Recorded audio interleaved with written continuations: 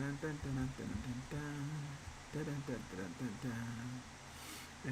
la la la la la la la la la. And I believe we have started. Thank you everyone for joining us today here at OreAni. We're going to be talking about the 2026 spring lineup. And oh, it's packed full of shows. I swear it feels like there's more and more shows released every single season. And Mm-hmm. it's hard to watch all of them. But today it's going to be a small crew, just Jessica and I. Seems everyone else Hello. is in a traveling mood.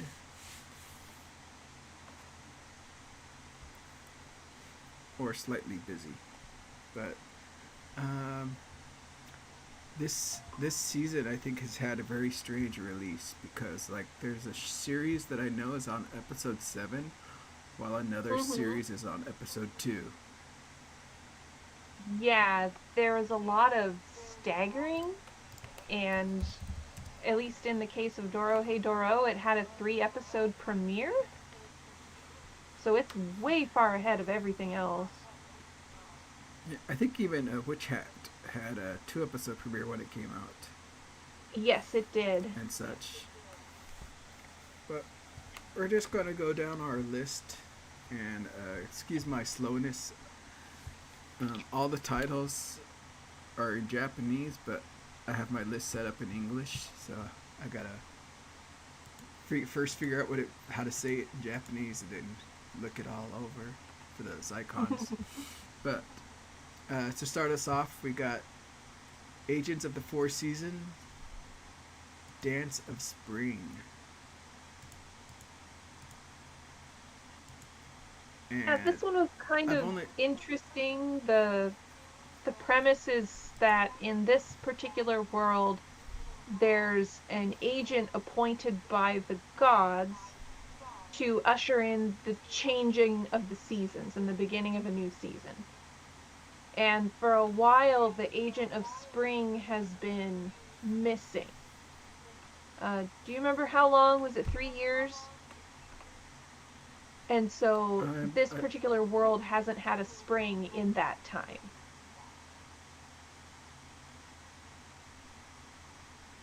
yeah, I can't remember how long it was. I thought it was 5 years or something, but It very well could be. I'm not sure on the time, but it's been a while. And that's beginning to affect, a lot of things in obvious ways. I'm not sure if that means that winter it lasts 6 months now, or if that means that each season is 4 months instead of the original 3 months. They aren't very clear on it, but the Agent of Spring is back and has ushered in spring on one continent or landmass. Again, there's a lot of the world building is left up to the viewer to infer. For positives for this one, I think the music is excellent.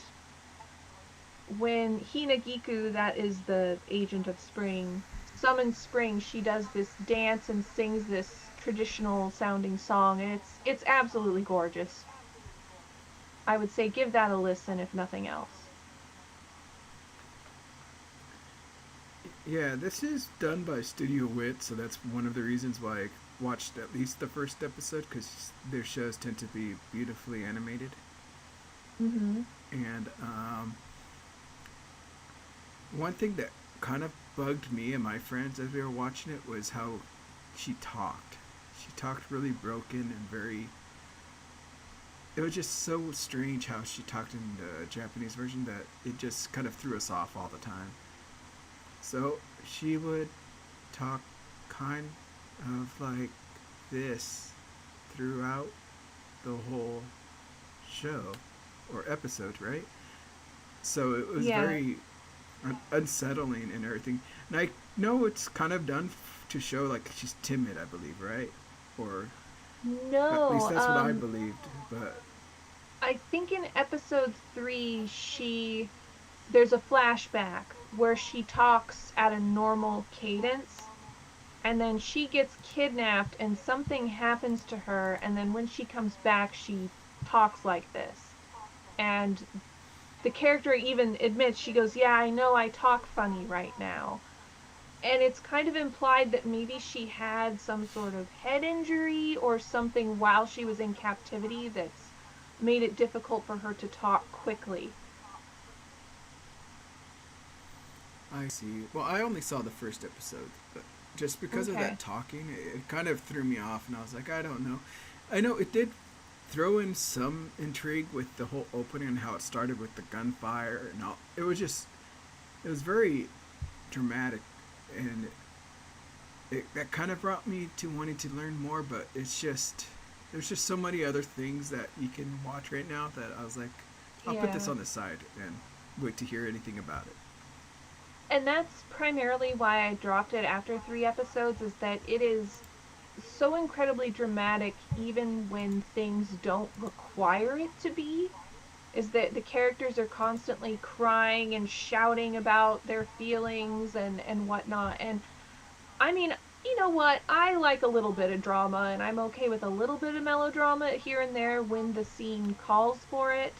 But to have almost every scene have these emotional highs is a bit grating on the nerves. And so I that's why I dropped it. Although I would say you may want to look up episode 2, because the Agent of Winter also has a song and dance.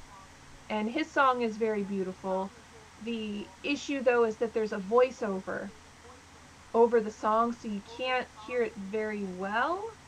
Look up just the Song of Winter on YouTube, and it's played in whole without the voiceover to get an idea of what it is. It's really, really nice song. All right, I'll have to check that out. All right, let's go to the next title. Okay. Oops, clicked on the wrong thing. Dun, dun, dun. Next title is going to be this, which is called The 100 Scenes of Awajima. Mm-hmm. And just based off of the title, not going off anything, it makes me think of those ghost stories. You know how they tell the 100 stories or the 100 candles. So, what is um, this show about?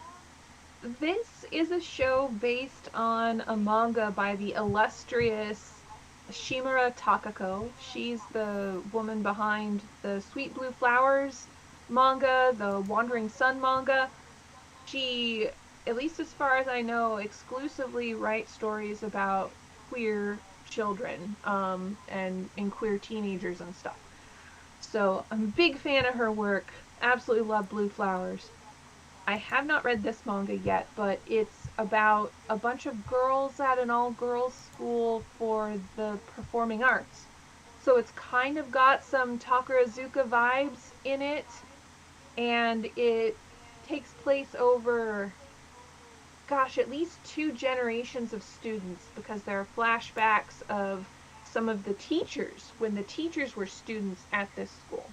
So the cast is pretty ensemble. There's a lot of different characters running around, and each episode usually focuses on um, one pair of characters with little anecdotes off to the side of other secondary and tertiary characters. So I really recommend this one if you like slice of life, if you like Takako Shimaro's manga at all, or if you even like the Takarazuka subgenre of anime that we seem to be experiencing right now. Oh, they did the Wandering Sun. Yeah. Yep. I want to get my hands on that one, but the print run was so small that by the time I knew it was getting a physical release in English, they already sold out. Interesting. All right. And I believe So, that there's an anime of Wandering Sun as well. let me see here. Looks like, is it just an all girls school then? Yeah. Uh, Just okay. Let's see here. Sorry, give me a second. Click. Move this over. No, I'll move this here. Next up is Akane Banashi. Mm-hmm. This one's on YouTube, and it is about a young girl who loves Rakugo more than anything else. Her father is a Rakugoka and gets expelled from the Rakugo. I don't know if it's academy, but association, we'll call it. He and his entire cohort get expelled because of one crotchety old geezer who's in charge of their um, Rakugo association. And so she decides to become an apprentice to the same teacher that her father was an apprentice to, and she's studying and learning the art of Rakugo. And it's really cool because I've seen a few anime featured on Rakugo, and the stories that are told have been around since the Edo period, right? And so there are some of these little stories and skits that Akane does that I remember from other Rakugo anime. So that's kind of fun. And I'm really enjoying this one. It's great. You've got uh, Japanese culture, history, and a plucky heroine who just will not give up, which is a great recipe for a good story. Now I know Rakugo is very artistic, but to me, it always seemed like it was just a bunch of like kind of like dad jokes. If I were to have a comparison. It is. It's one of those things that it's kind of like Shakespeare, where when Shakespeare was writing his plays, they were considered lowbrow entertainment. And Rakugo's the same thing. It's for, the average Japanese peasant 400 years ago is who these stories were written for and who these jokes were written for. But because of the temporal distance that we have now, since it's so old, by virtue of it being old, it's now considered this sort of high art type of thing. Um, so yeah, I think the closest analog in Western culture would be Shakespeare. But yeah, a lot of the jokes, they're puns, dad jokes, stuff like that. Just silly, sometimes even crude. So is it still, since it's on YouTube, it's still the 20 like 4 episode format, or I actually don't know how many episodes this one gets. oh It sorry, feels like a. not episodes, I meant minutes. Sorry. Oh, yes, yes.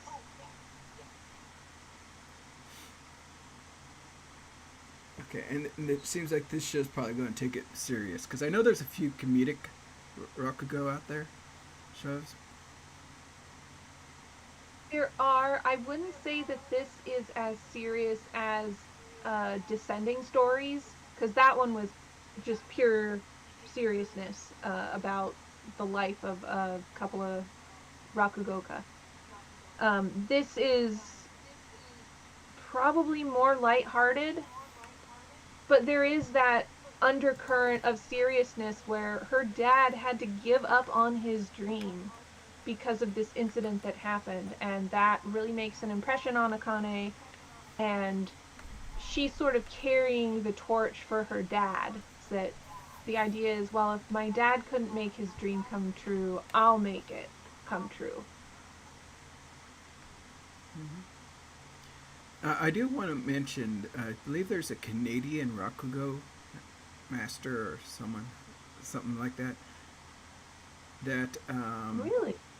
he does it. He's called Katsura Sunshine. He has a lot of videos on YouTube where he does like that Rakugo format in English as well with Japanese. Oh, I So would love it's to a check nice that out. mixture. I've seen him quite a few times on YouTube and hear his story. So it's a nice way to get introduced to Rakugo without knowing Japanese. Mm-hmm. So yeah. Yeah, I've Uh, tried to listen to a couple of Rakugo performances in Japanese, and it's very difficult. They talk super fast. Yeah, he talks at a decent pace, but it he does it. It's so over the top. It's kind of funny, you know. He put his head behind his uh, hand behind his head. You know, like, oh, I'm so silly. You know, kind of weird things, but it's just so interesting how he tells his stories and everything. But it's in English, so it makes it a little easier to digest. I will definitely check that out. Thank you. All right, let's go ahead and go to the next title.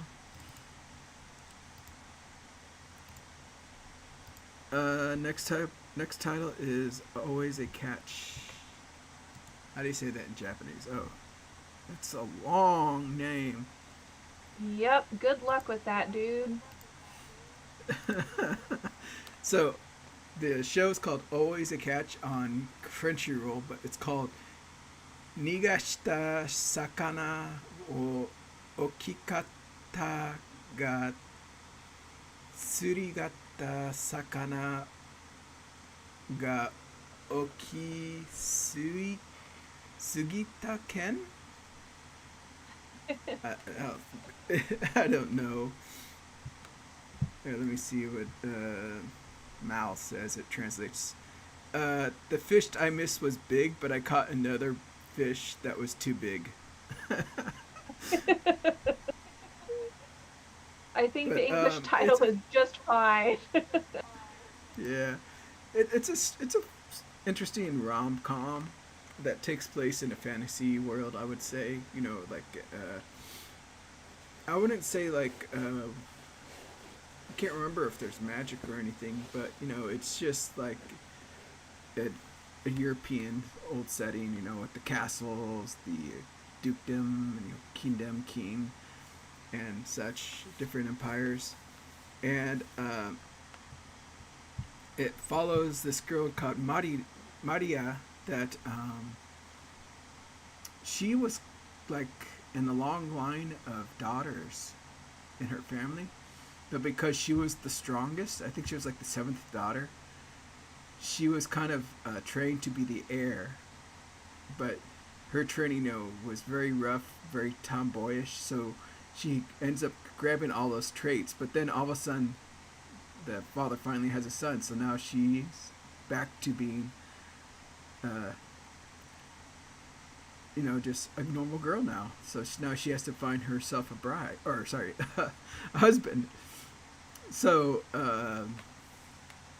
but you know, because of how she was raised, she's very rough and very, you know, manly, and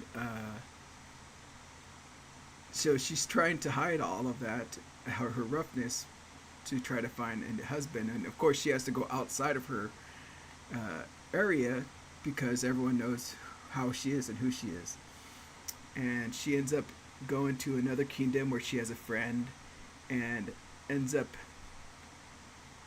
coming into an encounter of, you know, that how dare you bully, you should be, I'm annulling our engagement and everything. But it was all said to her because the guy that was trying to annul the engagement didn't know who she was engaged to and mistook it for her. So it Mm. kind of brought this whole thing where she was like dumped in this public setting. She's not even going out with the person, so it's brought this whole new kind of trouble to her. She's like, no, how am I supposed to find a husband now? But because of her brash nature, she ends up, you know, what do you think you're, you know, starts attacking him and everything. So it kind of brings a spark where he kind of like, oh, you know, wow, you know, this, I've never seen someone like this. So he kind of starts liking her. So it starts this kind of thing where now he wants to actually pursue her, and Hmm. it's just a silly show with her, and it seems like it's going to be with her and the prince trying to get together. And I think, although it seems like it's him being harsh, I think he was kind of trying to dump the girl he was dating because he kind of knew that his younger brother and the other girl were more had a more connection. So he wanted those Mm-hmm. two to be happy rather than him being stuck with her, kind of thing. So, but it's a strange, silly show. I probably won't watch all of it because there's a lot of other stuff out there right now. But it was a little entertaining. Okay. Next up, oh, this show. I love this show. Give me a second to pull the title card. I haven't actually heard of this one. It scooted by me.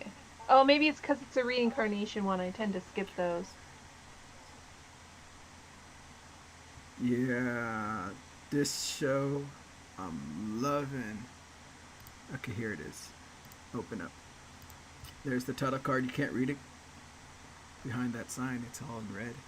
But it's called An Observation Log of My Fiancée Who Calls Herself a Villainess. And we've seen a lot of the villainess tropes, right? The girl goes into a video game, finds out she's the villainess, and now has to fight fate to get herself out of this situation, right? Because usually the villainess ends in a way that's terrible.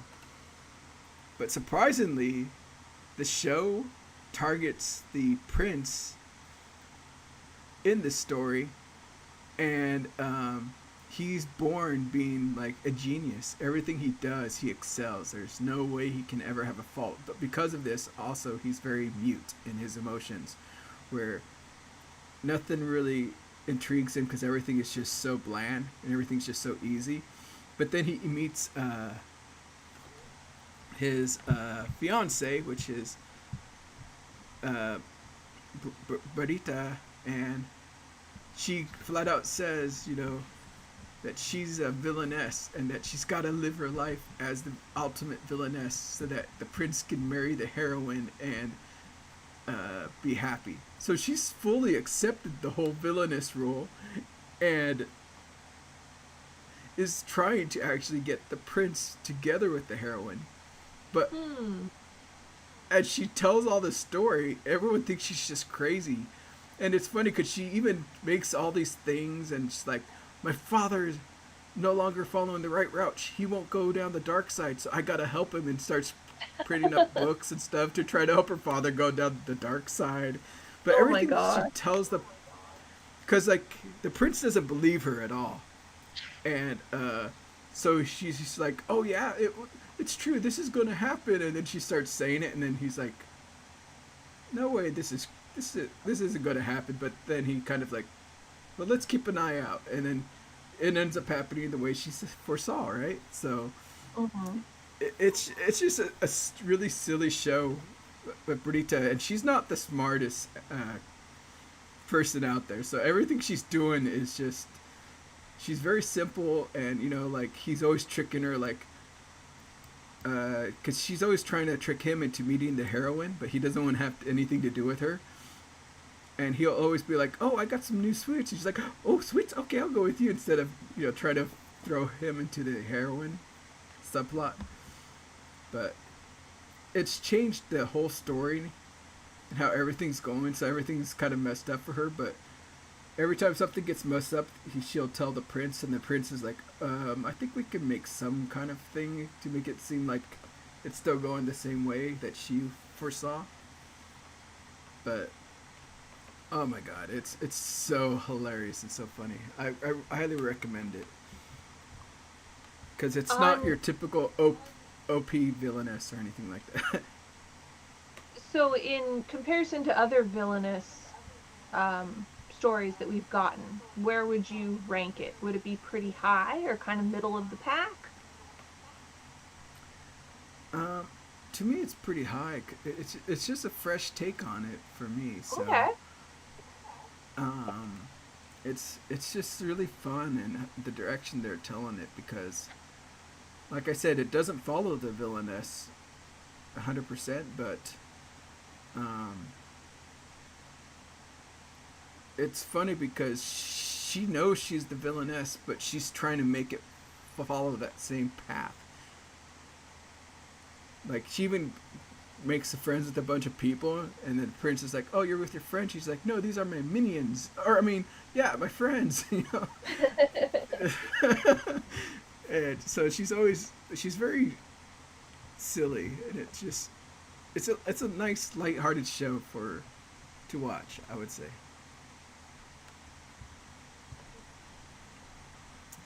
So I highly recommend this. At least give the first episode a watch. It's just so silly.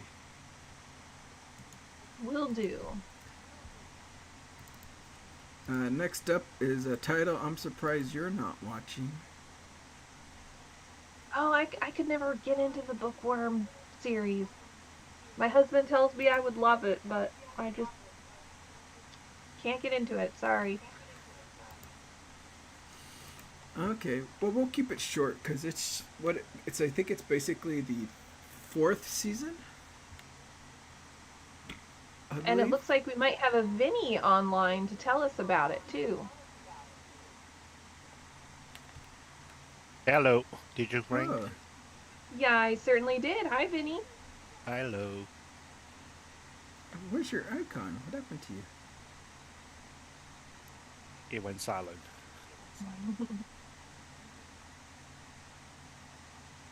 Oh no, you're gone. Let me see if I can find you. Uh, Well, I don't see your well, Tank is character. resurrecting my avatar. Yeah, tell us about the show. Yeah. Season 4. Okay, so for those who were able to watch first 3 seasons, knew that season 4 was anything but given at the time of the end of the season 3, and that's why there was a bit of controversial ending that really does not fit with how the light novel went. Which is to say, season 3, which is the end of the part 2 in the book series, ended in unusually cheery tone, even though that was supposed to be one of the saddest moment in that series, and that really rankled a lot of fuss of the fans, both the anime and the manga and the light novel, because they thought that was just doing them a disservice. But then come to realize that, yeah, given that the original animation studio of the first 3 seasons, I believe it's OnzzyDayo, had a hell of a time financing this series. I believe that with season 3, it was originally slotted for 8 episodes, which was just demanding far too much cut from the book. And they were able to wrangle extra funding for the 2 additional episodes. Even then, that was awfully short to wrap it up. And they knew that they were not gonna get any more funding for the future, so they kind of left it in the to be continued kind of a cherry ending. Only to find out a year later that not only did they secure season 4, it was gonna be done through a different studio, Studio Wit, which I'm sure many of us know very well. So the mood was pretty much through the roof. It was unexpected bonuses and fans of anime who actually wanted to see the progression of the series, wanted to see and all the good things. Then opening happened and people realized that something was very eerie about the opening sequence of the season 4. And then there's a wild rumor of how which studio was using AI to generate the background, and there's a lot of snapshots and people are just picking apart the frame by frame, kind of like what Tank does sometimes with unusual looking horses and what have you. Then which studio put out the announcement basically fessing up that yeah, we did use the AI background. I don't know what happened to it, but they will fix it. Then it took about 3 episodes before they actually went ahead and replaced the background that was generated by AI, which kind of left a very sour note for a lot of fans because given the whole story is all about one's obsession over bookmaking, AI kind of comes into the point of basically just doing everybody disservice. Especially knowing that how the ending sequence looks, which is more traditional, but it's gorgeously done. Anyway, go to go away from the more technical nitty-gritty part of it. So season 4 picks up at the very beginning of part 3 of the book series, which, mind you, this series ran all the way through part 5. It's pretty long. We are kind of right at the beginning of the second part of the third. Uh, so we're at the very beginning of two-thirds of the whole series. And I don't know how long the anime series will ever last. I mean, we'll probably slot it for about 8 seasons, if at that, assuming we get funded. So Rosemine, well, the main character of the series, Mine, at the end of the season 3, signed a contract with the noble to basically kill her identity as a commoner, so that she could be elevated into the position of Arch Noble's daughter, Rosemine. So that's where the series picks up. And then promptly she gets adopted by Archduke of the Ehrenfest, the town that she lives in, to promote her the bookmaking and the paper industries, and also be officially anointed as the High Bishop of the temple that she's been living for about a year now. And basically it picks up from there, all the shenanigans to happen. And for those who knows about the series, one of the most wildly anticipated part of the series will be a certain concert, the first concert ever happened in that world. And I believe that's going to happen in either episode 5 or 6, depending on how it progresses. And I think it's going to be quite a sight to see. And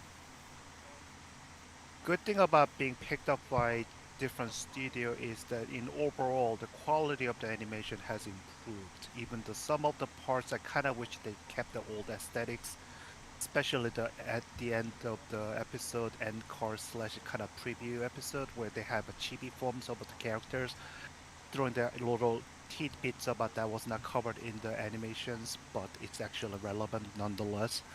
Those kind of changed a lot, which it's kind of make me a little sad, but even that pretty much all those animation crew members has been replaced, there's really nothing anybody can do about it.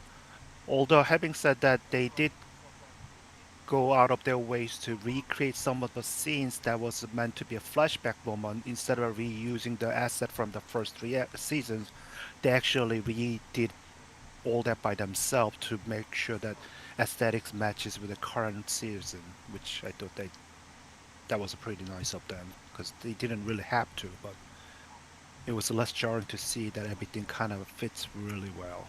Um, Not much more to be said about the series because if either you watch the first 2, 3 seasons of it and knows well enough to know where this is going, or if you're new at this series, I really cannot say that you can pick up from season 4. It's not one of those series. You kind of have to see from the very beginning or read from the beginning. If the light novel's too long, then you can now actually read manga because now manga has completed the first two part of the series. So you can actually read through speed run the manga, which is about what 16 volumes, and then you can just jump right into the anime if that's you're liking. Usually, that's the route I take with any kind of series that was started with a light novel, then adapted into manga, then turned into anime. Because I'm not much of a light novel reader, but for this series and pretty much this series only, that actually read to the entirety of the light novel, both the main series, the side stories, and the fan books so far. So I'm kind of up to date on everything. So my enthusiasm might not necessarily translate into anybody else's enjoyment of the series, but you know, for the fans of this was pretty much the first series to watch of the season. Then move on to everything else. Okay, yeah, enough rambling from me. There is an audiobook for this, and I think I listened to the first one. I can't remember if I got the second one, so you can hear the light novel if you want it that way. I'm kind of scared about listening to audiobook of that series. I don't think it was that bad. I'll play you a clip later on in the future and see if what you think Yeah. about it. But I didn't think it was bad at all. I know Because there's I some that are don't terrible, but because I don't remember this was ever dubbed anime. So if this was ever dubbed, then my question would be, have they used the same voice actor for the audiobook? And if it's not, does the tone matches with the original series? Because anime series of the voice character, voice actors are pretty much spot on for better or worse. And usually what happens with dubbing is that dubbed version of the voice tone really does not match with my expectation, and that kind of leaves me the sour notes, and that's not what I want to do with the audiobook. So that's why I usually hesitant to pick up any audiobooks of the foreign origin. all right. Let's go ahead and move on to the next title, which is going to be this anime, which I actually kind of want to watch more of. It's a very nice, relaxing kind of show. It's called. Wait, what's the English name? Oh, there is really no English name. Botan Kamiya's fully blossoms when drunk, and it mainly targets these college females, and one of these girls, I can't remember. I think they're in a circle, or like a group, or club, and they tend to go out and do different events. But at these events, I believe one of the girls sneaks out to go get a drink of alcohol. But it's noted amongst all the other friends that she likes to drink alone, that she never drinks with the group.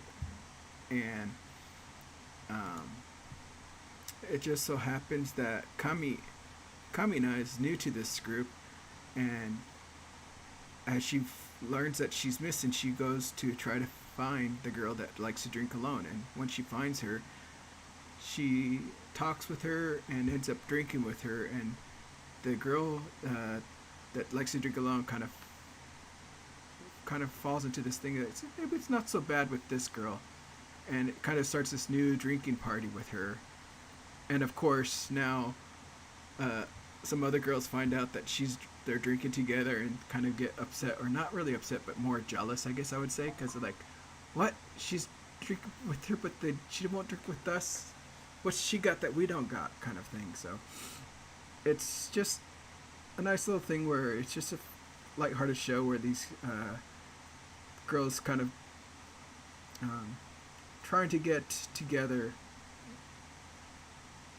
using alcohol. But it wasn't so bad. I thought it was a nice, relaxing show that you can watch to kind of like a palate cleanser if you see something really jarring or something very bad.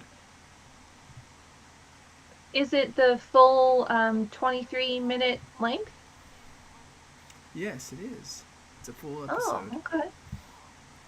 It is kind of split into separate stories within it. The first half is one little thing or one encounter, while the second half is another encounter. I think actually the first episode had 3 encounters. The one where she meets the girl, has a drink. The next one where they kind of drink, and then the other girl notices it. And then the third part was the girl kind of confronting her and trying to figure out why they're so close, kind of thing.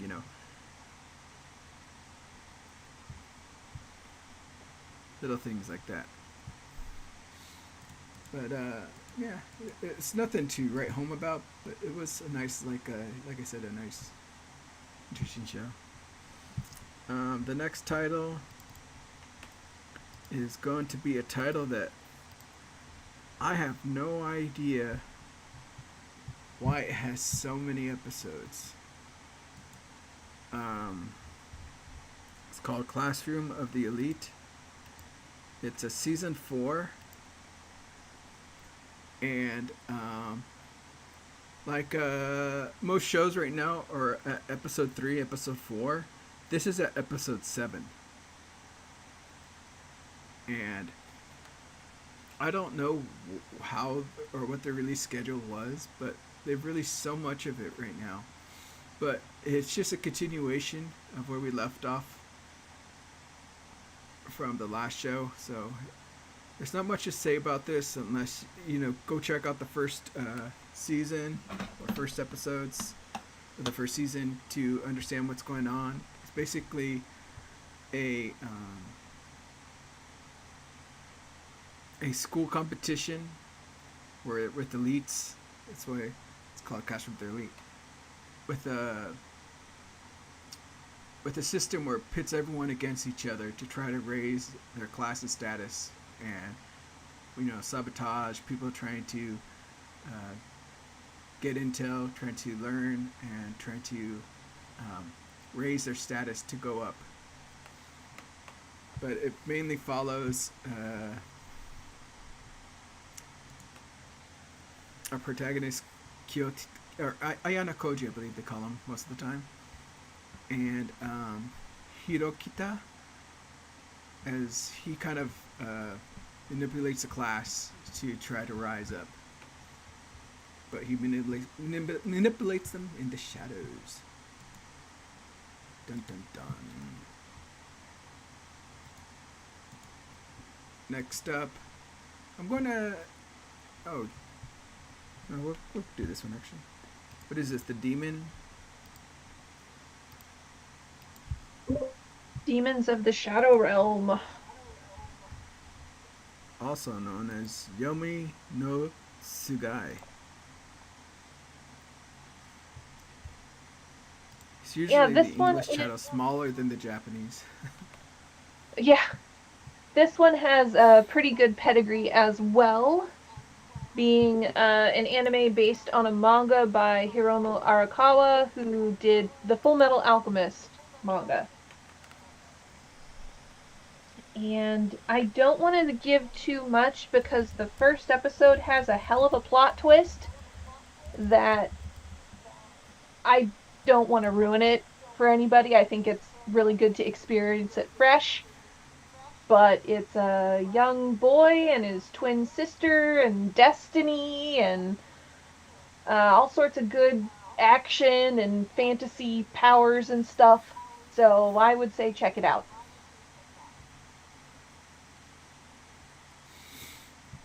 Yeah, there's not much to say about the first episode without giving really heavy spoilers. So. Exactly. That I am being intentionally vague. Yeah, so I would say check out the first episode. Probably we'll talk to you a little bit offline to see if it's worth watching past it, because I didn't watch anything afterwards. Okay. But yeah, definitely check out the first episode and see what you all think. Oops. Give me a second. I got lost in my whole thing. Then we got Doro.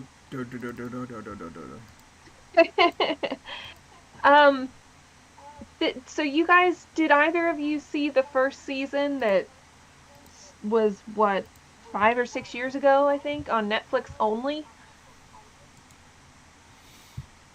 Probably not for me, because I don't tend to watch anything that's really Netflix only a lot of the time. Okay, yeah. This one kind of caught me by surprise because I did watch it on Netflix all those years ago, and I thought, oh, it'll be fine. I don't need to re-watch it. I'm sure they'll ease me into it and stuff. And they did not. And so half the characters, I'm just, oh, I don't remember who this person is or who they're related to or anything. So I had to go find a wiki to kind of refresh my brain. But I'm enjoying it. It's one hell of a ride. And I wouldn't recommend it to people who have a weak stomach for violence and or gore, because there is a lot of it. To give you kind of an idea, at the opening sequence, the main character vomits up the title of the episode. That's the level that we're dealing with here. But I like it. I'm having fun, and it's almost halfway over now because it had a 3-episode premiere.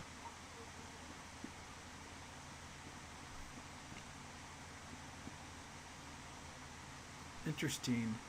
So that's why I didn't put it on my list. I guess on this website they have it slotted for winter Oh no, wait, I'm reading the first season. Never mind. I wonder why it's not showing up. Yeah. And I believe the first season is on Crunchyroll now, so you can watch the entire thing on Crunchyroll. I don't know if Netflix still has the first season and if they have the second one as well. Not sure. I don't know why. For some reason, I thought it had something to do with the other show called Dororo or something. Nope, completely unrelated. All right. Let's go ahead and then move on to the next. So wait, actually, what is this? Is it fantasy? Yes. Because you said It's there was a fantasy. lizard guy. Yeah, the main character Kaimon had his head turned into that of a lizard, and he can't remember who he is or any of his past at all, and so he's trying to figure all of that out. The setting is a world called the Hole, and there's humans and sorcerers. Sorcerers have a different organ in their body that allows them to cast magic, and they basically like to visit the hole and do all sorts of terrible things to the people there because they're ultimately powerless. I would say that the background art in this is exquisite. It looks so good. It looks grimy and grungy and nowhere you would ever want to be. Um, yeah, that's the big standout for me is the background art here. All right. So is it something you say is highly recommended, or? With an asterisk that it is very gory and violent, so if you don't like that kind of thing, this is definitely not the show for you. But other than that, I really like it and I would recommend you watch it if you can stomach the violence. All right. Let's go ahead and head to the next title. I'm going to be very quick about this because there's not much for me to say about. It's called Aaron the Southpaw, and when I saw the term Southpaw, for some reason I thought it had something to do with like baseball or something like that. I don't know why. I think boxing has more something to do with Southpaw than anything else, but Yeah. uh, I and the reason why I gave it a shot, I was actually going to skip it, was I heard that the manga artist actually put in a lot of his money to help produce this and help get it out. So he's heavily invested in it, hoping that Oh. it will make it back, you know. But it's a very strange show that actually has to do with art. Okay, I would And not have guessed that at all. I figured it was sports related, which is why I passed on it. yeah, it's really strange because I had no idea what I was getting into either. Because like I said, I thought it had something to do with sports because of the softball too. Like I said, baseball. But it's a, kind of follows a boy that seems to be very apathetic, and he's in the art club, but he just can't find inspiration. And then we follow this other character as well, called Erin, which is the show's kind of about her, um, kind of living a mundane life, and she, I guess, she used to love art, but now she's not doing it because of personal reasons, which I'll let you guys watch if you want to check it out. But one day she just kind of loses it, and she's walking by an art exhibition, and she thinks all the art is trash, and she has a spray can, and she just goes to town on it, and then it becomes this whole issue where no one knows what happened, but the boy sees it and it inspires him. He's like, "This is amazing," and now he wants to paint something, so he starts painting a mural at the back of the school, trying to hope to bring out that uh, tagger or the artist who did that, and now it's become this thing where it's just so crazy. It's I would say check out the first episode and see how it is. It's very strange, or very grounded animation where it's not like fantasy, no different colored hair, everyone of their, I mean, except for that, maybe that white hair that main girl has. But it's very grounded in reality and kind of follows um, how it is today, but with this really kind of very I don't know how to explain it. Just it's just very emotional as these kids, I guess, are trying to understand what's going on with their feelings and what's going on here. So I guess you can kind of say it's one of those like coming of age kind of stories, right? Very dramatic and everything. But yeah. Next up is this show. I can't remember. I thought someone in our group kind of was like, "Oh, this not this show," kind of thing. But the Farming Life in Another World, season 2, has come out. It's one of those few titles that's on High Dive, and it literally continues off of season 1, which is right after the birth of his son, and now they're kind of expanding and accepting refugees into his camp, and they're building cities or little towns for them to live in within the I think it was called the Forest of Death. So it's just more and more of them having fun, learning to how to interact with the new races that are joining the group and everything, and also a lot of food dishes being introduced from his world, Japan, like sushi and mochi and stuff like that. So it's a really fun, silly show. Anything to add, Vinny? Right? Probably not, right? No. I think next episode is gonna be the infamous martial art arc. But yeah, Yeah. there's really nothing more to add. It's just continuation of the first season, which is a start up with a huge info dump, but then it kind of mellows out quite a bit. And despite the fact it has a lot of element that could really bring it to the 18 plus category, but it really doesn't, thankfully. Yeah. Even though the manga kind of implies it a lot more, it does have a lot of implied, uh, Yeah, because he gets cornered moments a of lot that stuff. after dinner. Yeah. But it's nice how they kind of downplay it just to target the whole Yes. isekai new life, second chances kind of thing. I mean, we have plenty of ecchi shows out there right now, so we don't need this to be Oh, yeah. ecchi. Next up is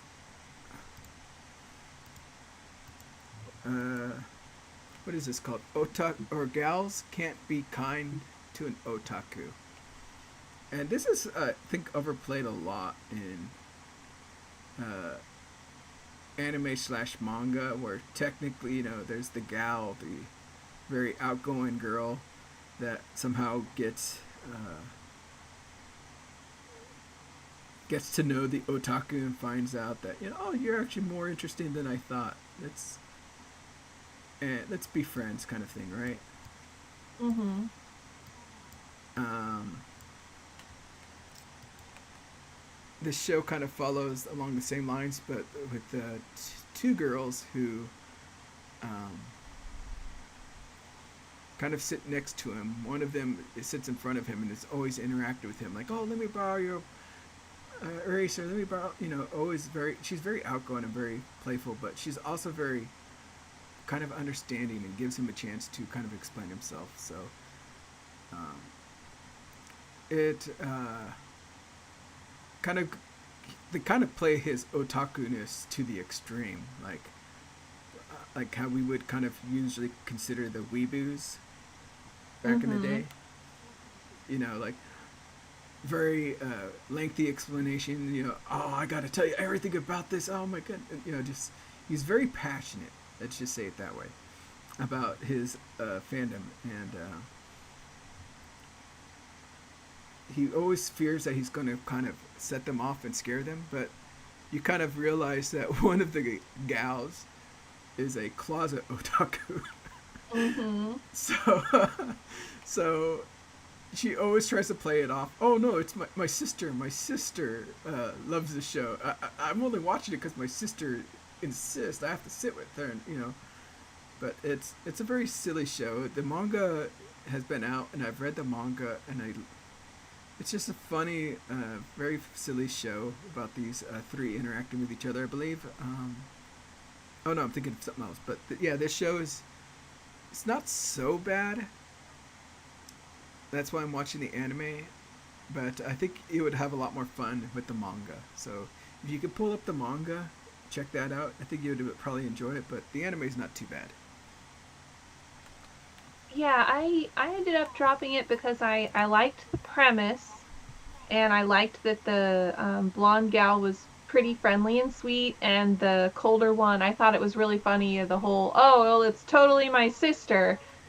And that was funny, but they repeated the joke at least 4 times in the episode. And so I'm just, is that all this is gonna be? Is just, haha, it's so funny that she's a closet otaku and he's not catching on. And it wasn't bad or anything. It's a harmless show, but I just felt that the comedy wore itself out at the end of 23 minutes, and so I didn't feel the need to watch any further. Yeah, I would say that's going to play out a lot longer than you would think because she's very Yeah. stubborn.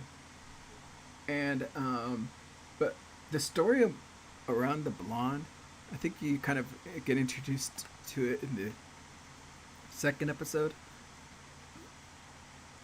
and learning more about each of the gals is kind of fun, I think. But it's like I said, it's an interesting show, but it's not something to kind of like, oh, we gotta watch this right now. Mm-hmm. Actually, I think the next title is a little more interesting, and we can probably go into that right now, which has a very strange name. Give me a second. It's called I Made Friends with the Second Prettiest Girl in My Class. That's like a backhanded compliment, you know? Yeah. Um, I've read the manga to this as well, and I really enjoyed it.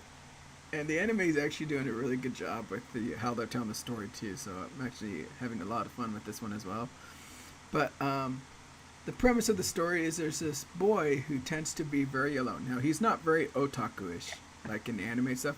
He's more of like he likes trash or how do you call it, the uh, the B-rated films, or Oh, B movies? yeah, like Sharknado and stuff like that, Yeah. right? Yeah. So during his class introduction, he's kind of put on the spot, and the teacher's like, "So what do you like?" And he's like, "I like to watch movies." And they're like, "Oh, really? What kind of movies?" And he's like, "Oh, uh, these kind of movies." So, and he's like, "Yeah, I just like to get pizza and just hang out, play games, and watch these movies." And it just so happens that this person within the class has the exact same hobbies, but with how the boy is, he's very introverted. He doesn't talk. He's very much alone all the time. He doesn't interact with any of his classmates. And one day, as he's trying to rent out a movie, he kind of gets tapped on the shoulder by this female that just so happens to be, you know, the, the second most popular girl in her class, which they're kind of pitting in the second prettiest, right? And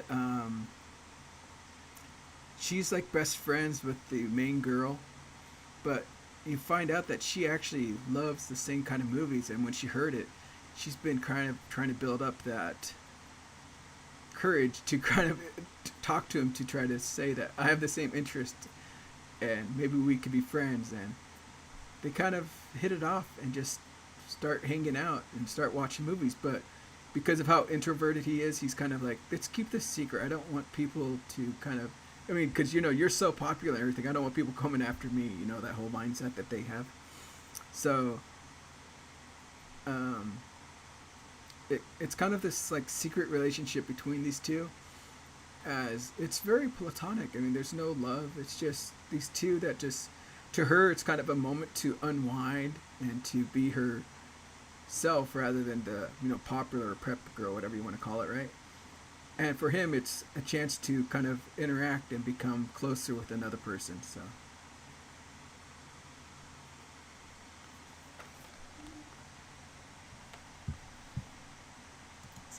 I like it.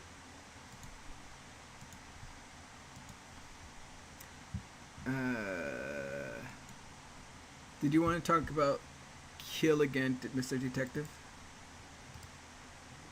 No, I dropped it after an episode. I didn't care for it. Yeah. I'll just say, even though it seems like it's a detective show, I don't think it's a detective show that you can follow and, solve with it. No. Next up is Kusanagi. Wait. Is it Kusanagi? Oh, Kusunokis. Oh, Kusunoki? Got me. Yeah.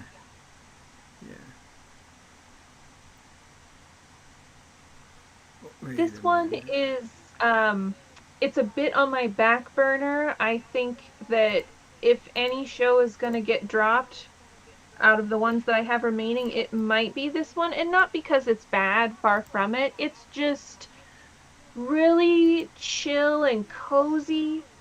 And it's about a young man with spiritual powers who gets a house all to himself, which is a dream come true.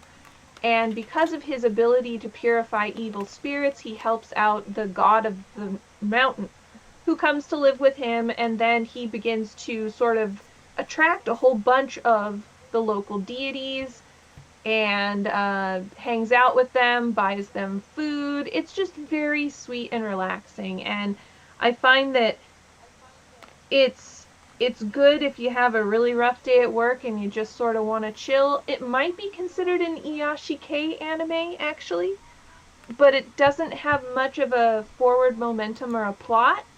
So I think that is by design. It just sort of exists to put you in this nice, comfortable place so you can relax for 30 minutes. And I like that about it. But in terms of being compelling viewing every week, it's not really. So that's kind of my take on it. It's funny how you said that, because it's actually tagged in here, Iyashikei. Oh, it is? Oh, called it. Yeah. But for those who don't know, Iyashikei is like a healing anime.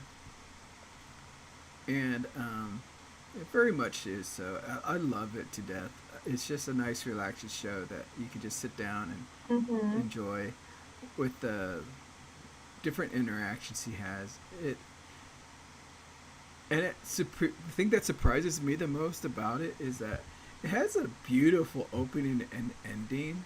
It seems really high quality, but then when you get to the show, it's not. Exactly. Yes. Thank you for bringing that up. That's another reason, is that this sort of seems like the type of anime that needs to focus on the visuals, because it's such a slow-paced, heartwarming type of story. But I wouldn't say it's badly animated, but it's just average, wouldn't you say? Yes, very average. Yeah, very average, mid-tier kind of animation, which is such a shame because you're out in nature in this small town. I'm expecting better, naturescapes and views, and just seeing the gods frolicking in the little pond that he's got in his backyard, and it just doesn't look all that great. But it is very consistent, at least, because it doesn't have those like hyper beautiful moments that you're like, oh, this is, now we're getting this weird scene when we've seen nothing but blandness kind of thing. It's very consistent in how it is. Yeah. Except for the opening ending. You're absolutely right, though. It's that you watch the opening and you're like, God, this is beautiful, and then the show starts and you're like, no, this was not what I was led to believe. Yes. But I'm really loving it, so I'll let you know if there is a direction or if anything happens if you do drop it, because I'm Yeah, I'm definitely going gonna to watch. continue watching the show. I am gonna continue watching it, but if I do get behind in my viewing, this is probably the one that I'm gonna slough off the quickest. All right. Did you want to talk about Liar Game? It's pretty bad. Don't bother. That's all I gotta say. Oh, what is it actually, if you don't mind? No, I don't mind. Let's see. It's basically the main character is this young woman who is honest to an absolute fault, and she trusts people very easily, and she somehow gets invited slash enrolled into playing this thing called a liar game. And you're given $1 million, and your goal is to keep that $1 million and hopefully steal money from other contestants. But the issue is that if you lose any of your money, you're actually on the hook for that at the end of the liar game. You have to pay it back. And so she's kind of set up for failure given her personality being very honest and forthright. And she ends up losing the $1 million almost immediately because she trusts an old teacher. And so it's about her teaming up with On-Man in order to get back her money and hopefully break even and not have to start her very young life saddled with generational debt. And the animation isn't particularly good. The characters are just like, I get what they were trying to go for with her being really honest, but she's not honest in a believable way. It's just she's like a caricature instead of a character, moreover. So I really didn't see any good points about it and dropped it after the first episode. All right. Next up after that is this show, Marriage Toxins. Have you seen any of this? Yeah, I've seen 3 episodes now. Let me check. Oh, let me see. Oh, yeah, Yeah, you do have 3 episodes. more. Yep. And I don't I know did if not episode 4 dropped expect yet. this from this show. Neither did I. But I love it. It's so silly Yes. and over the top. Yeah, you can kind of tell just by the title card how extravagant it's going to be. Mm-hmm. But our it's set in this really weird world where in the underground world there's like these main families who kind of have strengthened their bloodline to these degrees that it just seems kind of like um, unbelievable of this world. How can I say it in a better way? Like psychokinesis kind of thing, right? Or It's a paranormal lot kind of like, thing. yeah, it's a lot like the Koga Ninja Scrolls, where these clans of assassins have, uh, through, their marriage choices and stuff, selected for various skills and abilities, and the main character, he's immune to poisons or can use poisons offensively. And so each clan, there's another guy that's all about bugs, right? And that's through all of the, you know, traits and stuff that they picked up throughout the centuries and things. Very similar to that. And so it's not, right out of the gate, it's made very clear that this is not supposed to be realistic at all. And it reminds me a lot of the movie Hudson Hawk, in that it's just redonkulous, the situations that they get into. Like with the main character slicing a moving van in half in order to rescue the girl character. Just all sorts of crazy things like that. Yes. It's an amazing show, and it's kind of funny. The main guy, uh, he goes by the name Ghetto, which I think Yes, is also that's used for his like to family say name. puke, right? Yeah, Kind of like yeah, barf. And he always yep. has that kind of face where he's like, "Oh, I'm going to be sick." You're right. He does. And because of how he was raised and everything, he's very uh, set off from the world. And it's kind of funny, I think, because all of his other friends don't seem to be this way.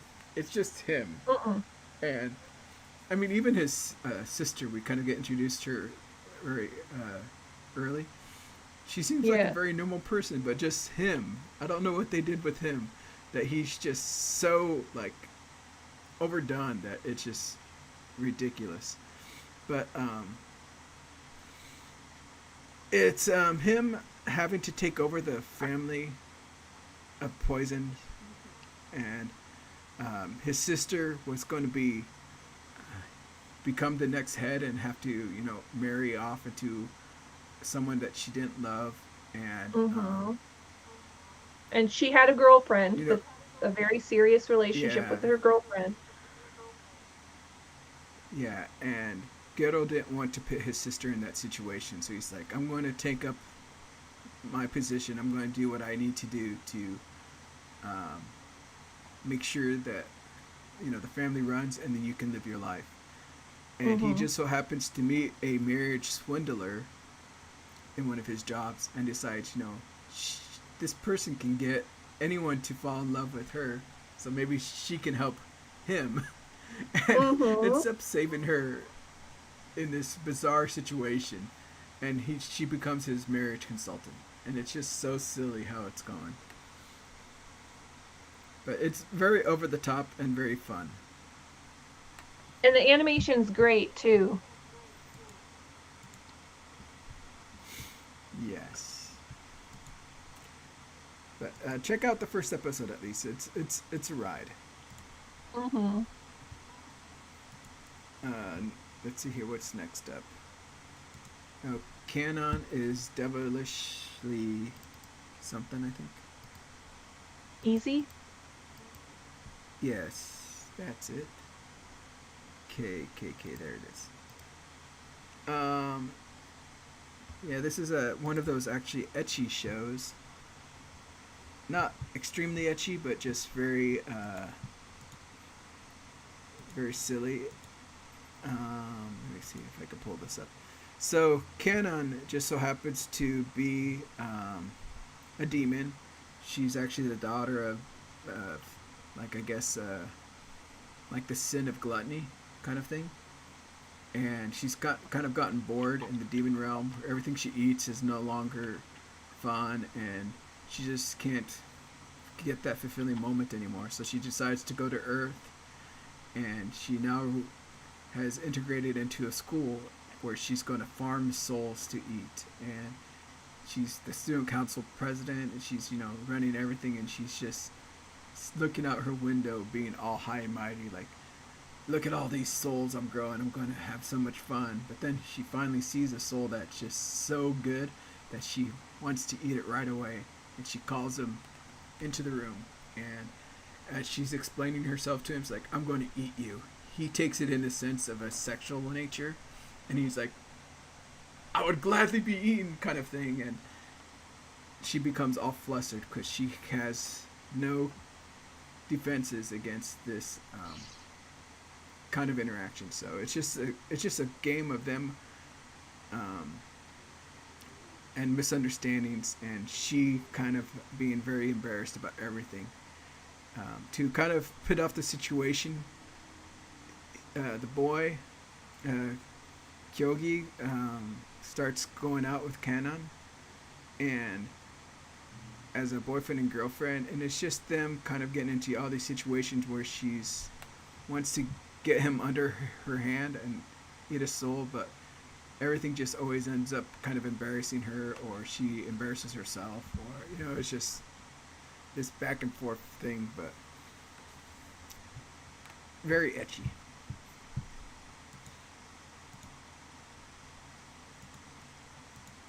And then later on we get introduced to a succubus, which makes everything go even crazier. I'm going to skip the ridiculous reincarnation because that show is ridiculous. Just watch the first episode and then you'll be like, yeah, no. I'll just skip that altogether. Yeah. Next is the show that I have no idea what this is about. Needy Girl Overdose. I know it's a game called something else, like, Oh. what is it called actually? Give me a second. Let me minimize this. Needy Streamer Overload is the game online on Steam. Oh. Actually, Okay. I actually bought it, and I bought it, but I've never played it. So I decided to start watching this anime, and 3 episodes in, I still have no idea what this show is about. It's very, very dark. It's very, very gritty. It's just so crazy. I mean, I think the first episode ends with the girl getting raped. In a sense. Oh my word. And it's not, and it's done so awkwardly, like not like it's not like a violent rape. It's more like a boyfriend pushing himself onto the girl, and she Date doesn't rape want then. it, but it's just so real how they did it. It's just like kind of like, ugh, this is kind of how I think it would be, kind of thing, right? But then it's overtoned with this, like, the girl called K Angel, and I'm like, is this supposed to be K Angel? And is this, or no, she's watching K?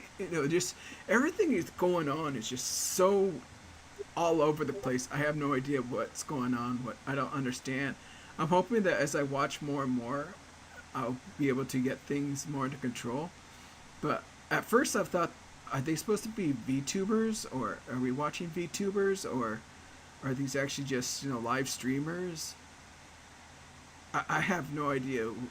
So, if anyone knows anything about this show or this game, please explain a little bit to me, because I have no idea what is going on.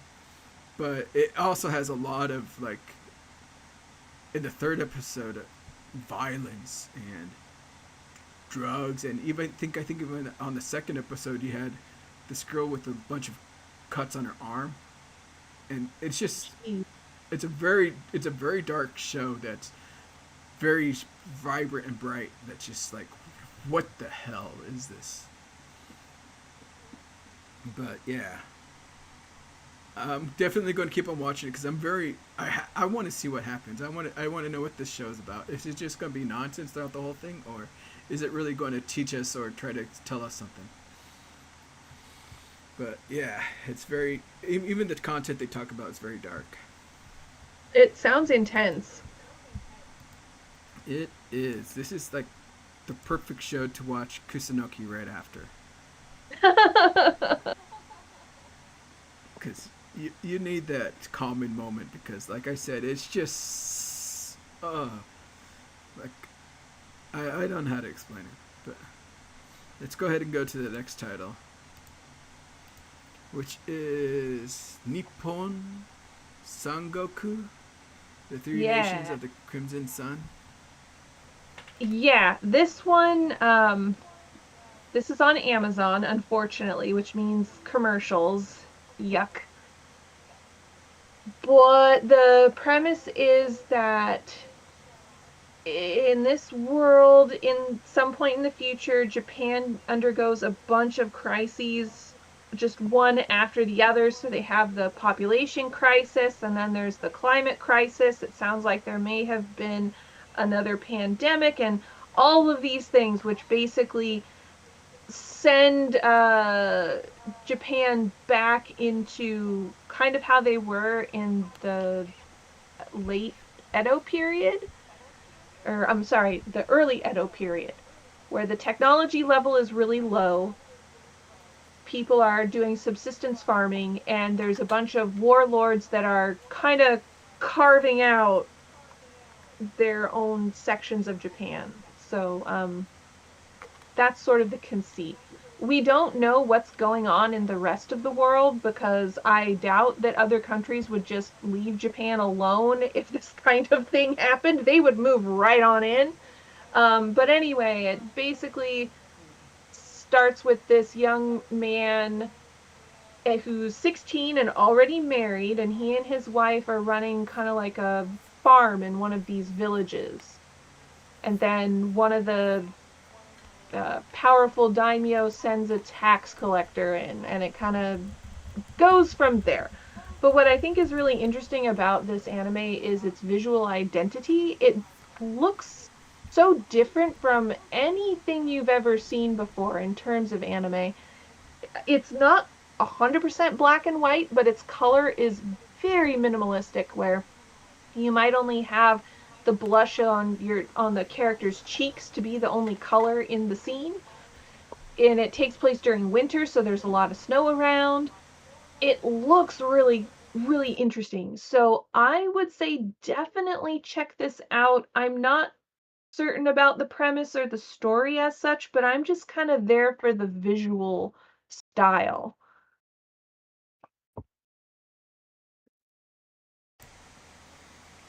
Interesting. Okay. I If only think it it's wasn't on based on. Amazon Prime. Yeah, I wish it wasn't on Amazon. It's one of the worst streaming services out there. Yeah, because, like, the thing I hate about it is, like, I think other sites that I've been to tend to be, like, maybe 30 seconds with the commercials, but they always do, like, almost 2 minutes or something like that. Uh-huh. No, it's really bad. It's the kind of thing where you start it and then you go in the kitchen to make yourself a sandwich to wait out the commercials. It's ugh, do And they not always like it. place them in awkward moments, too, I always feel. Yeah. Yeah, they're not naturally placed within the episode for where the episode actually has an organic commercial break. Yeah. The So no boo for skipping is better. Amazon. Get better, Amazon. Yeah, seriously. Next up is going to be. Oh, this show. This show's another crazy show, but I can't remember. I think it has. This one comes with a disclaimer about suicide. Oh, geez. Because pedals of reincarnation, these people cut their own throats to pull in their talents from a reincarnated, like, past life. What? Yes, very, very strange story. So, Huh. it follows this boy called Toya, who is suffering. He's not good at anything. He doesn't excel at anything. But he had a brother that was so excellent that he was way overshadowed. But his brother came down with a disease that ended up taking his life early. So now Toya is. It seems like he's all alone. He even, I think, lives alone. Where I think he's been kind of exiled. Like, you're nothing. You're not worth putting any effort into because your brother was so much better. That's how it kind of feels. Oh. So he's kind of in this situation where he's just pushing himself, but nothing he does gets any results, and he ends up meeting this girl who kind of it has a weird interaction where she kind of says you'd look like him, but he has no idea. We have no idea what she's talking about still, and she ends up showing him her special ability, kind of like where she has this special knife that she cuts her own throat, and then you see these petals around their neck, showing that they've cut the throat. But she's able to live her past life, and I think she was like Hattori Hanzo in her past life.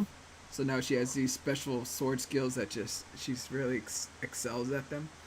And they're fighting other people that have this reincarnation power as well. So the boy ends up taking one of the reincarnated knives, and he just like, now I can finally excel at something, and cuts his own throat, and is successfully able to pull it in his new reincarnation, which just so happens to be a thief. And it's interesting how he's using his abilities, and it's just seeing how everyone else has their abilities. You got someone who has the Isaac Newton's past life, and his like ability has something to do with gravity, and Einstein does something with like teleportation. I don't know. They have some weird things that's going all over the place. So it's a very strange show, but it's very comes with the very heavy warnings because of these neck throat slicing moments. Is it played kind of, is it super edgy over the top, or is it played straight? Super edgy over the top. Okay. Yeah, so it's not trying to be realistic. So if you have any sense, oh, this is not real. But Right. That's kind of what I was hoping, because my first thought goes to is it Persona 3, where the kids take guns and shoot themselves in the head, But it's so yes, stylized that it doesn't seem, what's the word, transgressive, or it doesn't seem to be glorifying it at all. It's just, this game's too dark for you, mom, kind of a thing. yeah, it's very. I mean, the characters' outfits and everything change when they do this moment. So it's very Uh-huh.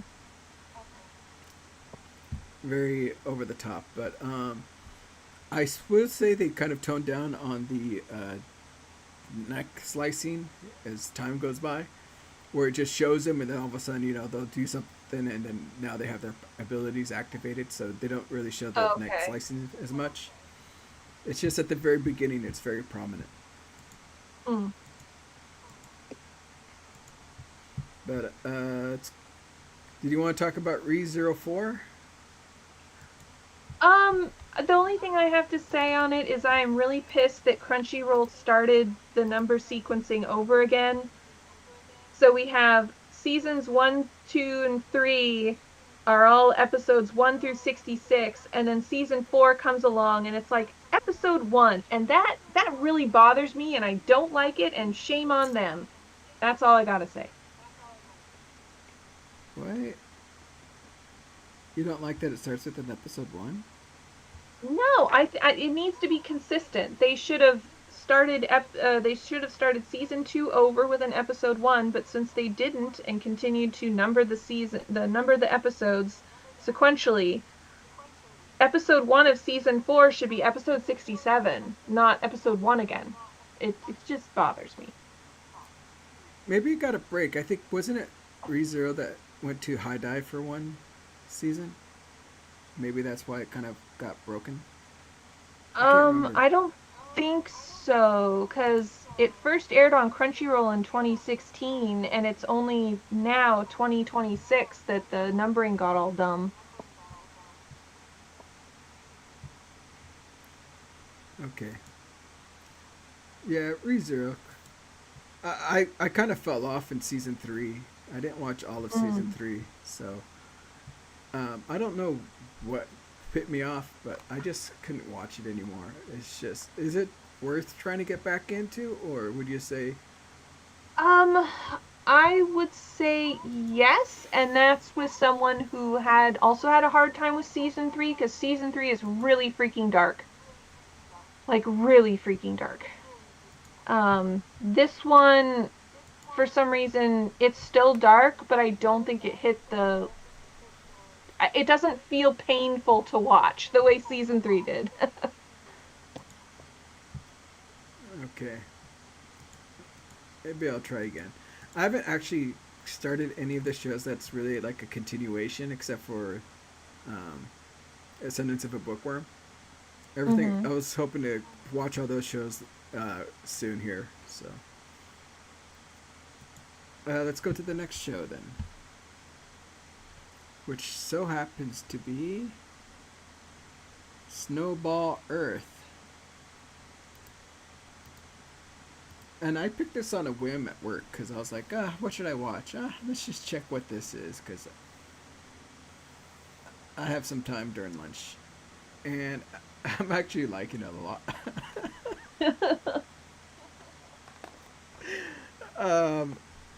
I don't know. It's not really that great of a show, but it's entertaining enough to me. You know what? Sometimes when the world is so shitty right now, if you can find a show that you like and are having fun with, that is enough, you know? Yeah, It so doesn't have to it be a starts good off. show. I kind of want to start episode 1 again because I know I wasn't 100% paying attention, so I kind of missed some things. But it seemed like this boy called Tetsuo was in a robot that's powered by AI that was meant to be like a bomb. I can't remember exactly how it was worded because I wasn't really paying attention, but Tetsuo ends up piloting this machine that ends up just killing a monster. And he becomes the savior, and the father kind of plays it off. Yes, this is what we meant. In no way it was because the bomb didn't explode as planned, kind of thing, which is really strange because it's like his son would have died. But whatever. So he ends up becoming the savior in this machine that eventually keeps on getting upgrades and upgrades and upgrades into becoming this giant mecha that just plows all these monsters. But it seems that Tetsuo is the only person that can actually really do this. No one else can. And he's shown through all these fame. He's very highly praised. But then you come to see that he's a very timid introvert that just can't seem to speak out in public settings and is very shy and clams up whenever anyone that he doesn't know is in front of him. And he so badly wants to be friends with someone and ends up confessing all of this to Yukio, which is the robot. And it seems that Tetsuo and Yukio, through all this fighting, have become like the best of pals, where Yukio is always encouraging him, you should go out there, you need to become friends, you need to make all these interactions. And Tetsuo's like, I will, with this new book on how to make friends, I can do it. But throughout a situation, he ends up having to fight a mass of monsters out in space, which goes wrong. And it has this very touching moment where Yukio and Tetsuo decide that they're going to blow themselves up to take out the rest of the monsters. But Yukio is like, Tetsuo, you're my friend, so I'm going to make sure you're safe. And Tetsuo is like, no. And they have this very heart-to-heart moment where Yukio saves Tetsuo. And as soon as he gets to Earth, you find out that it's been like, I think, 5 years, and everything's covered in ice. Which is, I think, the title right there, Snowball Earth, right? Mm-hmm. So now it's him trying to figure out what's going on, what's happening in this world. Also, he's trying to do his, the very famous 100 friends, right? I think that started with like Video Girl AI, right, or something like that. Where you're trying to make 100 friends. Key the or Key, metal yeah, idol? Yeah, sorry, Key the Metal Idol, that one. I don't know why I said that other show, but yeah, it's a very common trope, I think, right? Making 100 friends.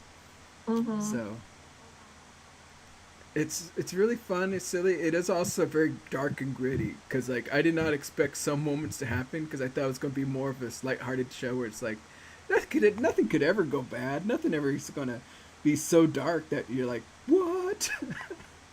Which it does happen. So I'm going to watch it and check it out and see how it goes, but it's interesting to me. I think we're going to skip the next title, which is The Beginning After the End, season 2. Okay. I'll just make a quick mention about the classroom of the Black Cat and the Witch because it's so stupid. It's this girl that wants to learn magic, but she she just can't do anything about it, and she idolizes this one guy who's kind of disappeared from the earth. And you come to realize that this black cat she ends up running into is that person she idolizes. And through like this deal with each other, they're going to teach each other, or the cat's going to teach her how to use magic, but at in a way to undo his curse onto why he was a cat. But the silliest whole concept of this whole thing is that she's able to turn the cat back into human by kissing the butthole. Oh, gross. Gross. So, Seriously? Japan? yes. So there's this whole moment where they're about to be killed, and she's like, "Okay, here we go," and she, kisses the cat's butthole to change him back to human. And he's happy he's finally human again, but then he turns back to a cat to find out his curse isn't really done. So I bet there's going to be a whole lot more butt kissing and such. But that's all. That's all I'm going to say about that show, because I was like, what the hell? Well, she's definitely got Toxoplasma gondii. Jeez. All right. Well, thank you for your service, Tank. I'm not going to watch anymore. I just only saw that first. No, episode. I know, but you checked it out and suffered so that Vinny and I could remain pure. Next up is the Klutzik class monitor and the girl with the short skirt. I'm going to keep this short as well. But it's about this girl who's kind of like a gal. The class monitor's always on her case about why she, your skirt's too short, you're not following the school rules. And it's just a rom-com where these two opposites kind of have this interaction where they go button heads with each other and slowly realize that maybe they're not so bad and can have a romantic thing going on between them. I don't know how far it's going to go. I only saw the first episode, but it seems entertaining enough that I might watch a little bit more, but I just didn't have the time. But yeah, rom-com. The strongest job apparently is not a hero but a sage. Or a sage, but an appraiser. I remember reading this manga and I thought it was really cool from my memories, but as I saw the show, I realized it wasn't that great. Oh no. I was expecting more out of the show, but it's just so stupid by episode 3 and their comedy, and I'm like, oh my goodness. I'm probably going to drop this. It's just... Okay. It's dumb. The boy gets isekai'd with a gift from God, being the praiser, and he has an overpowered skill that's highly sought after, but it's not overpowered in a sense where it makes him strong. It just allows him to do things that everyone else wished they could. See stats, be able to do all these other things, but his physical strength is 0, and he's also super small, where to the sense I believe he's maybe 16, 18, I don't know, but everyone confuses him as like a little kid, right? Maybe like 9 years old, 10 years old, something weird. So he's always there's always that joke playing along. But the comedy's very miss for me, so I wanted to be good because I remember fond memories of reading it, but I guess I was just delusional at the time. Well, also some stories work better as a manga with the pacing and everything, and humor. It's better on page than it is animated. So we'll give your past self some slack there. Next up is a show that I kind of wanted to watch more, but didn't get a chance, which is The Warrior Princess and the Barbaric King. Mm-hmm. Because the way the first episode ended, I laughed so. What's going to happen. I was watching anime for a good hour and a half, and guess what time my husband decided to walk out into the living room where I'm watching TV? during that Right when part of the episode. I got so much shit for that. was it when she was being washed? No, no, it was the very end of the episode where a shining pillar of light manifests itself. Oh, oh, when she woke up, right? Yeah, when she wakes up. Yeah. Oh, I've okay, I only remember now. yeah, you remember now.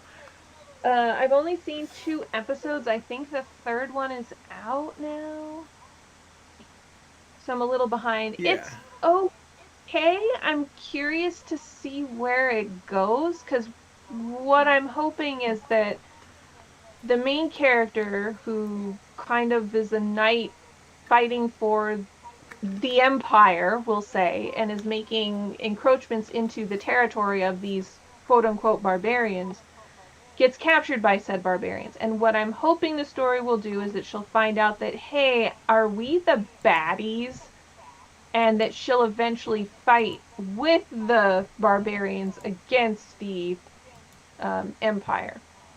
So we'll see if that actually happens or if it's just going to be her hanging out in the encampment.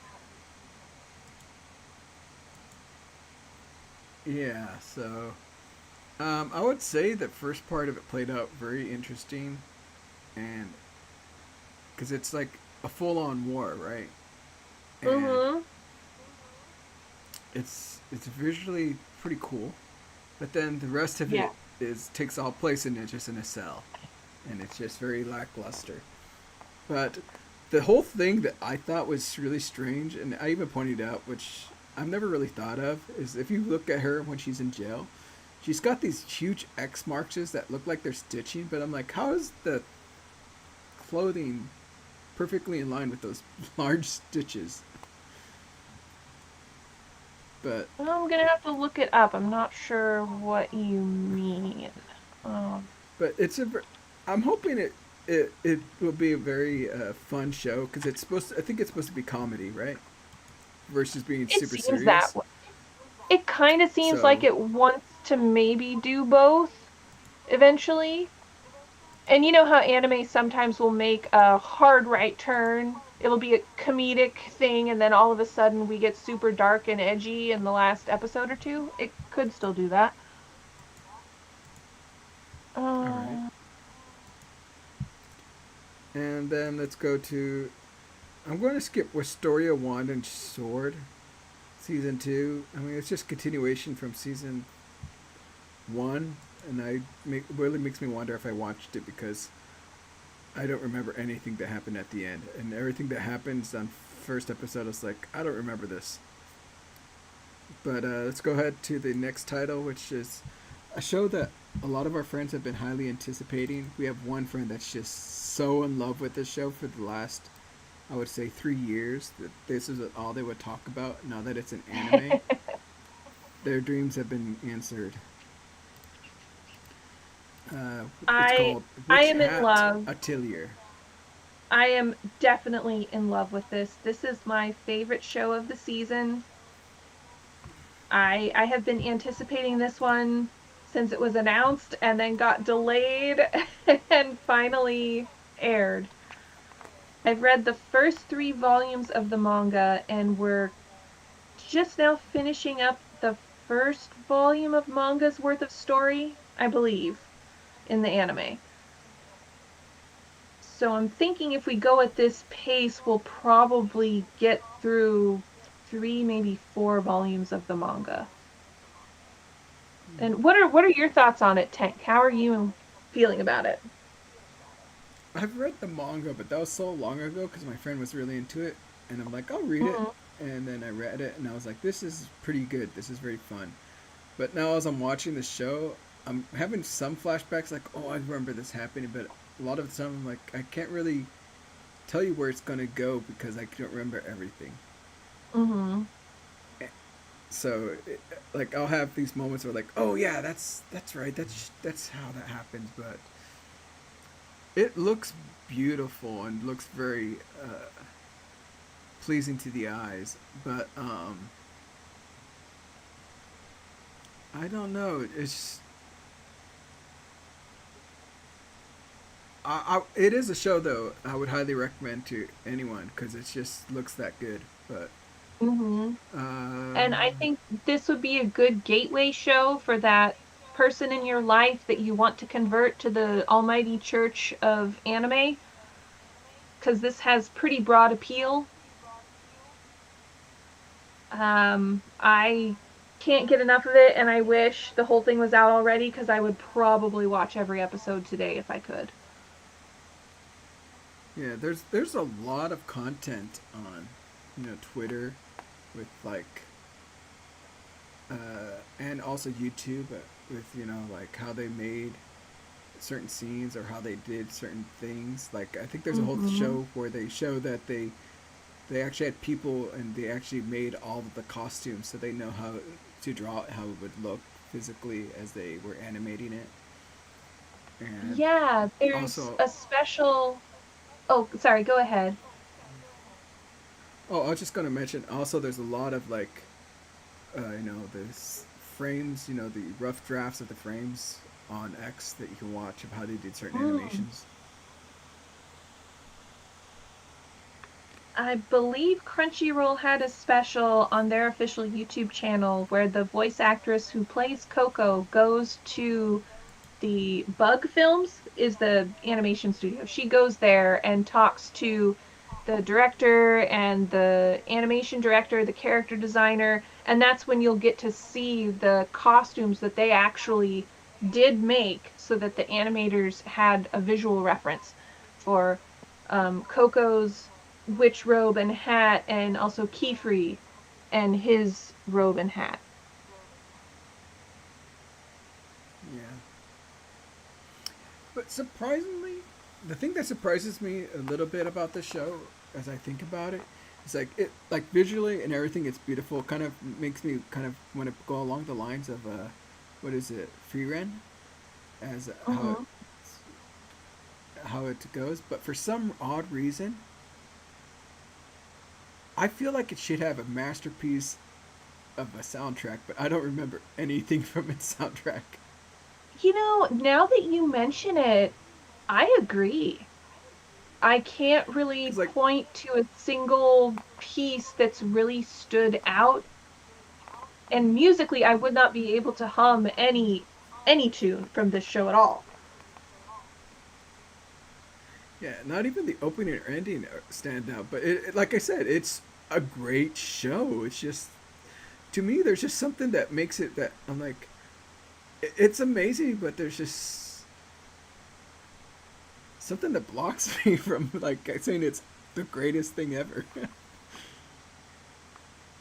Yeah, well, I would have to wait for all of the episodes to be out before I start throwing around stuff like it's the best ever or anime of the season. Because we have all had that series that felt like that, and then it completely shat the bed in the last third, which I hope does not happen here because that would just destroy me. Yeah. But But yeah. the other visual that kind of throws me off in this show, although it looks kind of cool, but it also throws me off. Like, does that? That's not how it should look, or is how they kind of do this like pop up book transitions for different scenes. Oh, you don't like that? I like it, but for some reason it's just like it. That's not how a pop up book would go. It's like they're Huh. just sliding frames, in different planes rather than having it, actually pop up, and it just throws me off a little bit. Oh, okay. I think I see what you mean. I'll have to pay attention next episode because I never really thought about it that hard. And I grew up with pop-up books as a kid, so I should be able to spot a fake. Yeah, but yeah, very fun, highly recommended of this season to watch. Um, from what I hear, I'm not a big person on this, but I hear that the English voice acting is really, really good as well. Hmm. I think they say even the guy that plays the what's his name, Kiefler or something like that, or Key free. is really Keyfree is really well done as well. So I might want to Okay. check out the English dub and see how good it really is, but um, we'll see. Let's go to our last title, which is probably one of the etchiest titles we have in this season. That is quite the thumbnail. Yep. It's on High Dive. Now, I honestly thought it was just going to be a normal kind of etchy like canon, but you actually have full on top nudity and everything going on in the show. But it follows this class who's afraid of their teacher, and the teacher, Hiyori, is seen as someone scary, very, very, very, like, no one knows what she's thinking. She has this very dark look in her eyes, and everyone just has no idea what she's even thinking. She's seen as this very dark, scary teacher. But this boy, Akihito, stumbles upon her practicing in a room by herself, trying to be more outgoing, and you find out that all of her act is because she's very timid and she's very scared, and she wants to be close with everyone, but she just has a hard time speaking up and being very vocal, so it comes off as very scary as how she is, and everyone kind of thinks that she's like putting a curse on them because she'll start mumbling and stuff like that, right? But as the boy decides, I'm going to help her, it leads into a lot of those moments where like she'll be, because she's a ditzy teacher, so stumble, fall, and land on top of him in those, what do you think, call it, lucky skebe moments, right? Mm-hmm. All throughout, and to the, it's just, it's ridiculous, but that's this kind of show this is. It's just very etchy title, and we're meeting other classmates that are going to probably get into this whole probably get into her interacting with her, which will lead them into these etchy moments as well. So not much else to say about it. I think that's all the titles, right? Yep. So I think that'll be it for today. I hope everyone has a nice time. Do you know of any movies that are coming out? That I might be. don't. Give me a second. Let me see if I can. Movies. I don't remember any movies that are really big that are coming out. I know I saw that Princess Cosmic Kaguya, or however that show was. That was fun. Highly recommend it. Or Cosmic Princess Kaguya. I do want to see it. But it is long. It's over 2 hours. Oh. And that's it. So we'll talk to everyone next time. I hope you all have a wonderful evening, and hope you enjoy this season. That should be it. Bye bye, everyone. Bye.